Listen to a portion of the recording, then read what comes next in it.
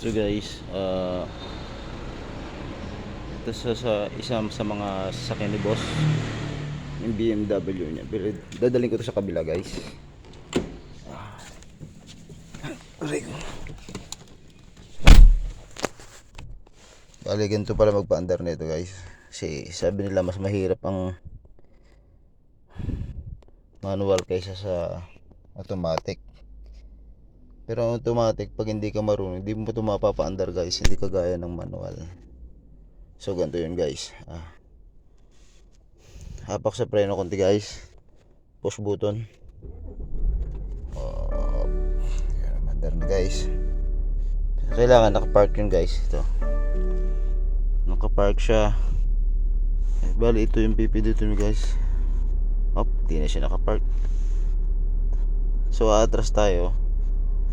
Cambio natin ng reverse. Ito. Naka-reverse na yun guys. Nag-reverse na yun sa likod. Ano muna natin yung bintana guys. Automatic yung bintana na guys. So atras na tayo guys.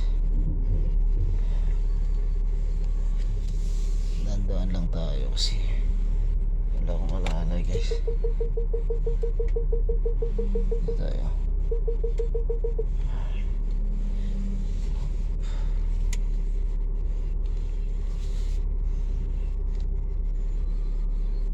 Bakit nakaganon yun dun? Puro bahay para atras.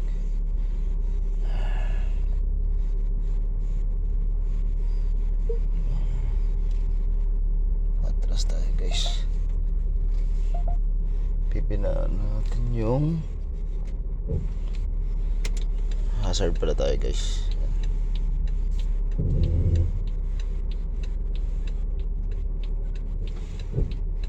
Balik mo muna sa sasakyan.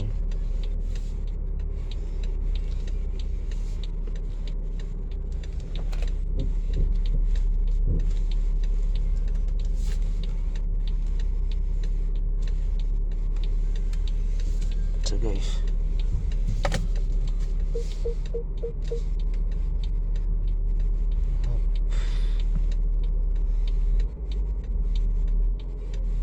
patras kasi pinasok na yung mga romi to guys eh.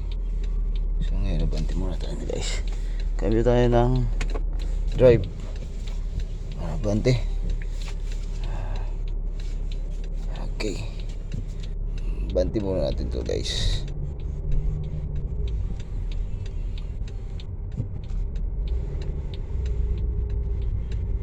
Tapos maniobra na lang tayo guys kasi nakabukas yung pinto eh.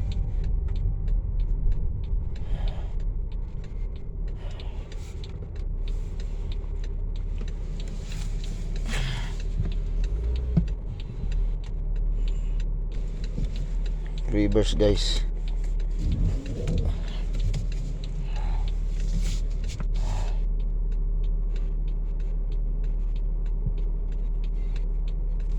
Bante. Drive.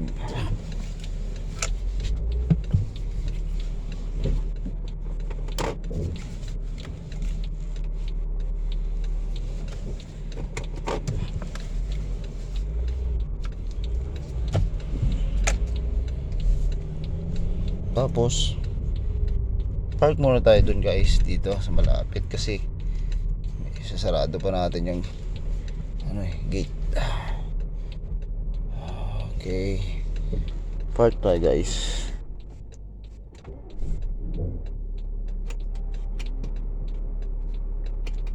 Yan, park na siya, umilaw na yung park.